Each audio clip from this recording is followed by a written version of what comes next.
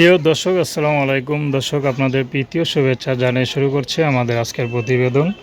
তো দর্শক, দেখতেই পাচ্ছেন আমাদের সামনে এক আপু দাঁড়িয়ে আছে। আমরা তার গল্পটা শুনবো, জানবো আপু কেন আমাদের ইউটিউবের মাঝে আসলেন, তিনি কি বলতে চান। আপু আসসালামু আলাইকুম, ওয়ালাইকুম সালাম। কেমন আছেন? আছি ভাই কোনো রকম। নাম কি আপনার? সুমাইয়া।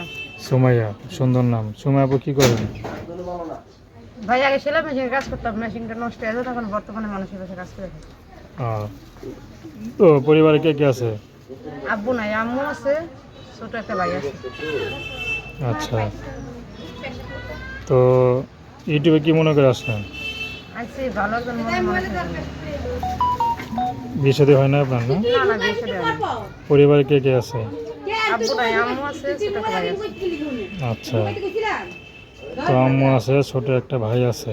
হুম। আচ্ছা, আম্মু আছে, ছোট ভাই আছে, বাবা নাই? না, আব্বু নেই, আব্বু মারা গেছে। তো সংসার কে চালায়?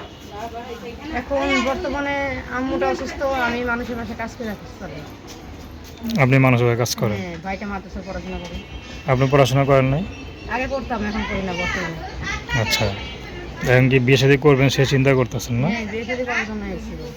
আচ্ছা, কেমন ছেলে পেলে বিয়ে করবেন? এখন যে পাশে থাকবো, একটা ডাল ভাত খায়, পাশে একটা নামাজ পড়া রাখতে পারবো, এরকম ভাবে মানুষের দরকার।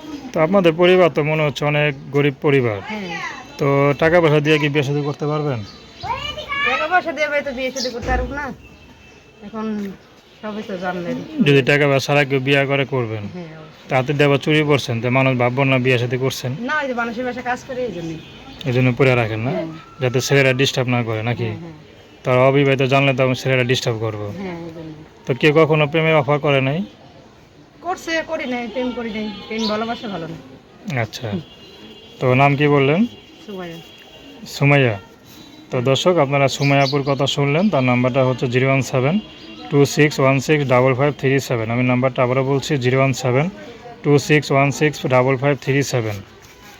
তো দর্শক, প্রেম ভালোবাসা, সাহায্য সহযোগিতা, বিয়ে শাদী করা একান্ত আপনাদের ব্যক্তিগত ব্যাপার। আসুন আমরা 5 ওয়াক্ত নামাজ পড়ি, দেশের সেবা করি। আসসালাম।